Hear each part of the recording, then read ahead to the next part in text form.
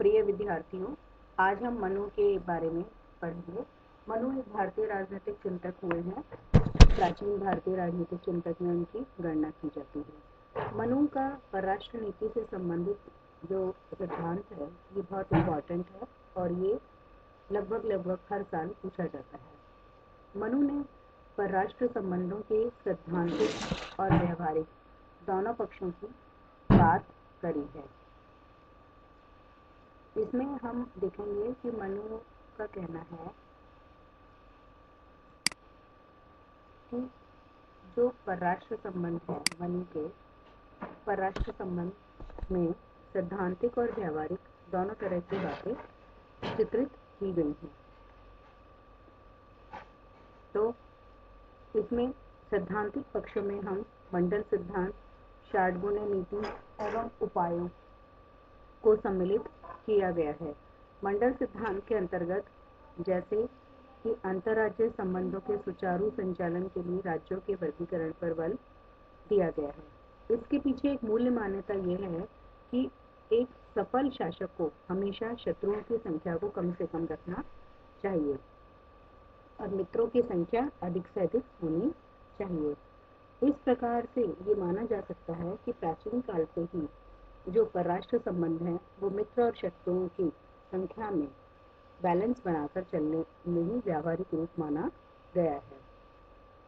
मनु ने एक राजा की चर्चा की है और वो राजा का नाम दिया है उसने विजिगीषु, यानी कि विजय चाहने वाला या सफलता चाहने वाला। इसको सेंटर में रखा गया है। राजा को राज्य मंडल का सेंटर माना गया है या केंद्र माना गया है।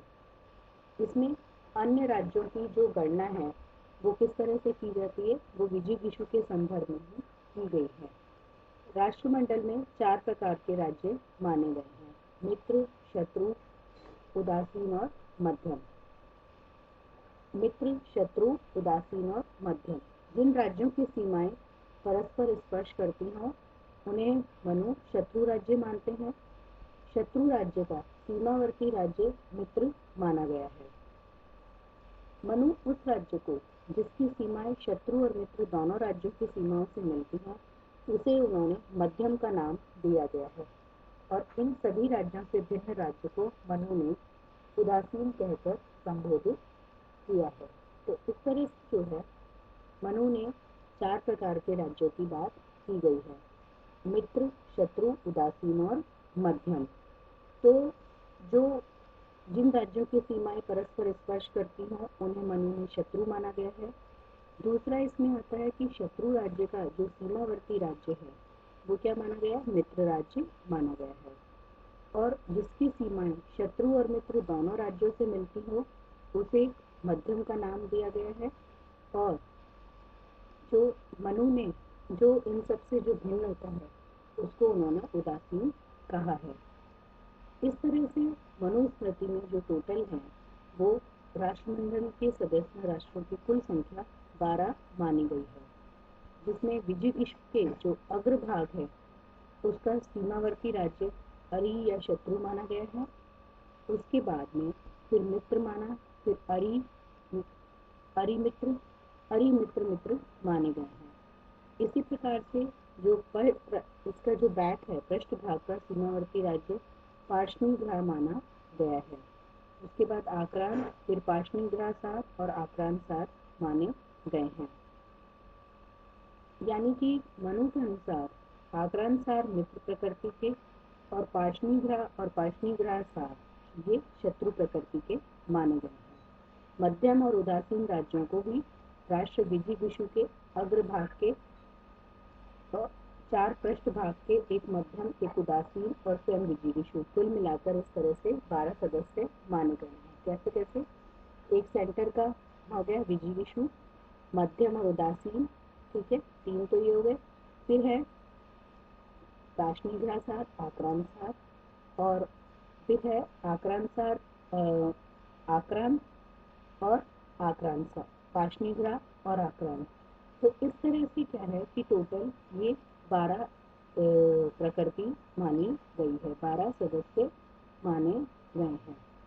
तो इन 12 सदस्यों की उन्होंने 5 जो है वो नेचर बताई है। 5 द्रव्य प्रकृतियां बताई गई हैं, जैसे अमात्य, राष्ट्र। 5 कौन कौन सी होगी? अमात्य, जैसे उसने मंत्री कहा है, फिर राष्ट्र है, फिर दुर्ग है, फिर अर्थ है, और फिर दंड यानी कि सैन्य। इस प्रकार राष्ट्रमंडल के सदस्य कहे गए राजाओं सहित कुल प्रकृतियों की संख्या उन्होंने 72 मानी गई है। मतलब 12 तो 5 प्रकृति में 12 पंजे 60 और 12 प्रकृति विजिगीषु की मानी गई है, तो 60 + 12 72 प्रकृति मानी गई है।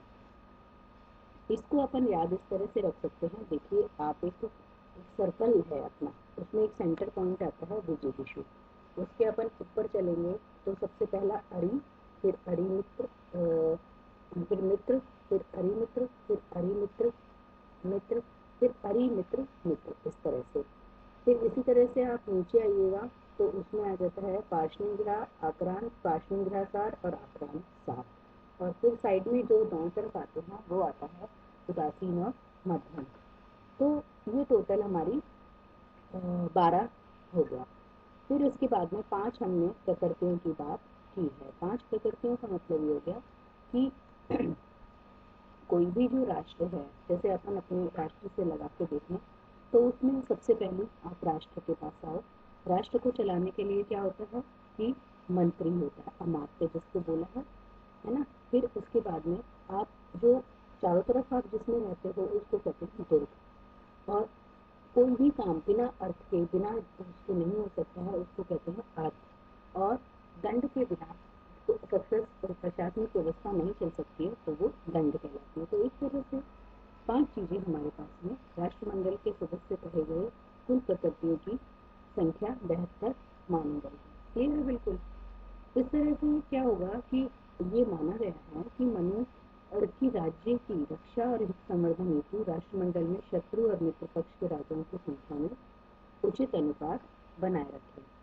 तो यहाँ हम स्पष्ट रूप से कह सकते हैं कि मंडल सिद्धांत में के माध्यम से मनु शासक के समक्ष उसके तो निकटवर्ती या सीमावर्ती राज्यों का एक विवेक सम्मत व वैज्ञानिक वर्गीकरण प्रस्तुत करते हैं, ताकि शासक किसी राज्य विशेष के संदर्भ में नीति का निर्धारण करते समय विचार कर सके कि उसकी नीति की अन्य राज्यों पर क्या प्रतिक्रिया होगी। फिर जैसे कि अपन देखते हैं कि अपना जो निकटवर्ती राज्य होता है वो हमेशा शत्रु की श्रेणी में आता है। तो इस तरह से किसी भी को भी वैज्ञानिक तरीके से मनु ने भी मंडल सिद्धांत पर बल दिया है और राजा को ये सुझाव दिया है कि वे संबंधित राज्य के शासक के उद्देश्यों के आधार पर उनकी जो मंशा है उसके आधार पर अपनी जो विदेश नीति है उसको तय करे और अपना आकलन करे। इसी में मतलब कि वो खुद का भी आकलन करे, चाहे वो खुद का राष्ट्र के बारे में, अपने अर्थ के बारे में, अपनी सेना के बारे में, अपने कोश के बारे में सबका डिसीजन ले। इसके अलावा जिस राष्ट्र के साथ में वह मित्रता अथवा शत्रुता करना चाहता है उसकी भी पूरी स्थिति का अवलोकन करे, तभी वह सक्सेसफुल कहा जा सकता है। तो इस तरह से जो है उन्होंने मंडल सिद्धांत की मनु ने चर्चा की। तो परराष्ट्र संबंधों में हमने बात करी थी कि 3 चीजें आती हैं परराष्ट्र संबंध में। जो सैद्धांतिक पक्षों में हम बात करने जा रहे हैं तो उसमें है कि मंडल सिद्धांत का पहला सिद्धांत, दूसरा है षाड्गुण्य नीति और तीसरा आती है उसमें उपाय। अब हम षाड्गुण्य नीति के बारे में देखेंगे। षाड्गुण्य नीति क्या होती है कि किसी राज्य द्वारा दूसरे राज्य के प्रति किसी विशिष्ट परिस्थिति में अपनाई जा सकने वाली जो नीति होती है वो षाड्गुण्य नीति कहलाती है। और षाड्गुण्य का मतलब षाड यानी कि 6 गुण उसमें आते हैं, संधि, विग्रह, ज्ञान, आसन, संशय और द्वैधी भाव। 6 जो ये नीतियां हैं, संधि, विग्रह, ज्ञान, आसन, द्वैधी भाव और संशय। तो मनु ने किसी भी राजा को ये परामर्श दिया कि वह भली भांति विचार विमर्श करके और परिस्थिति अनुकूल इन पर आकलन कर सकता है, अमल कर सकता है। जैसे संधि के बारे में है कि यदि कोई दूसरा राजा स्ट्रांग है और फर्दर उसको कहीं ना कहीं कोई फायदा मिलने वाला है तो ऐसे राज्य से हमेशा संधि करनी चाहिए। दूसरी बात आती है यदि कोई भी राजा एक दूसरे राज्य को जीतने अथवा उसे पीड़ित करने की इच्छा से आक्रमण करता है तो वह विग्रह कहलाता है। शत्रु पर विजय पाने के लिए शत्रु पक्ष की कमजोरियों का ज्ञान प्राप्त करके यदि कोई विग्रह किया जाए तो यह विग्रह का प्रथम भेद कहलाता है। और यदि मित्र पर किए गए, यदि किसी मित्र पर आक्रमण किया, मान लो मेरे किसी मित्र पर आक्रमण किया और मैं उसका प्रतिकार करता हूँ तो वह विग्रह का द्वितीय भेद कहलाता है। दो प्रकार के विग्रह की बात की गई है इन्होंने कि या तो प्रथम भार में तो शत्रु की जो कमजोरियां हैं उसके बारे में पता करके और फिर उस पर अटैक किया जाए तो वो है। और दूसरी बात आती है कि यदि वो उसको किया जाए कि भाई जैसे मान लो किसी ने उसके मित्र पर आक्रमण किया है तो ऐसी स्थिति में उसको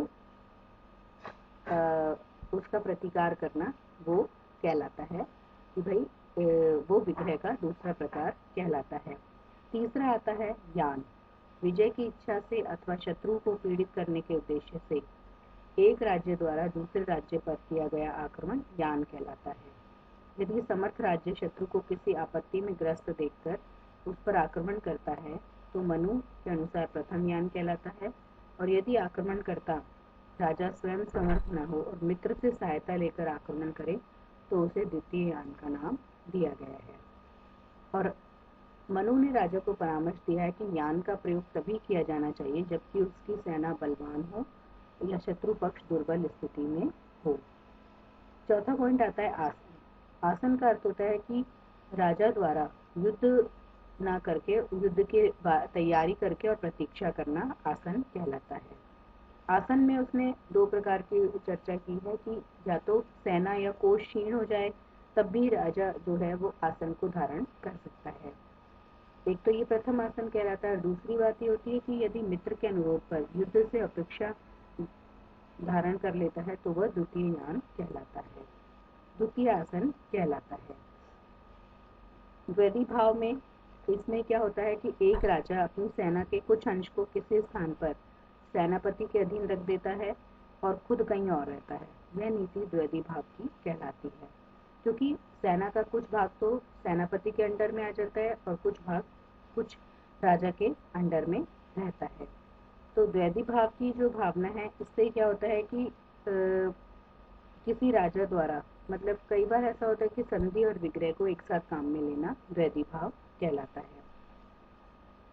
इसमें मनु का मानना है कि यदि राजा शत्रु को स्वयं से अधिक शक्तिशाली समझे तो अपनी सेना को दो भागों में बांट दे। सेनापति के अधीन सेना का कुछ भाग शत्रु पक्ष की सेना को रोके रखने का काम करेगा और बाकी सेना के साथ राजा सुरक्षित स्थान में रहते हुए मित्र आदि की सहायता से शक्ति का संचय करेगा। संशय में है कि आपत्ति काल में आत्मरक्षा के लिए किसी दूसरे बलवान राजा से शरण प्राप्त करना संशय कहा गया है। यदि द्वैधी भाव के माध्यम से भी राजा आत्मरक्षा करने में समर्थ न हो सके तो संशय का सहारा लेना चाहिए। उपाय में ये कहा गया है। अब तीसरी बात आती है इसमें उपाय कि साम दाम दंड भेद, यानी कि राजा को जो है साम दाम दंड भेद के आधार पर अपना जो है राज्य की रक्षा करनी चाहिए। जैसे कि साम का अर्थ है कि विपक्षी को प्रेम प्रदर्शन और विशेष आदर करके अपने अनुकूल बनाने का प्रयास किए। दान का अर्थ है प्रतिपक्षी को धन और संपत्ति देकर अपने अनुकूल कर ले। दंड का अभिप्राय है कि शत्रु को बल प्रयोग द्वारा अपने अनुकूल कर दे। और भेद है कि शत्रु की शक्ति को क्षीण कर देने से के उद्देश्य ये शत्रु पक्ष और उसकी प्रकृतियों और उसके मित्रों सहायकों आदि के माध्यम से फूट डालकर उनमें मतभेद उत्पन्न कर दिया जाए तो वो भेद कहलाता है।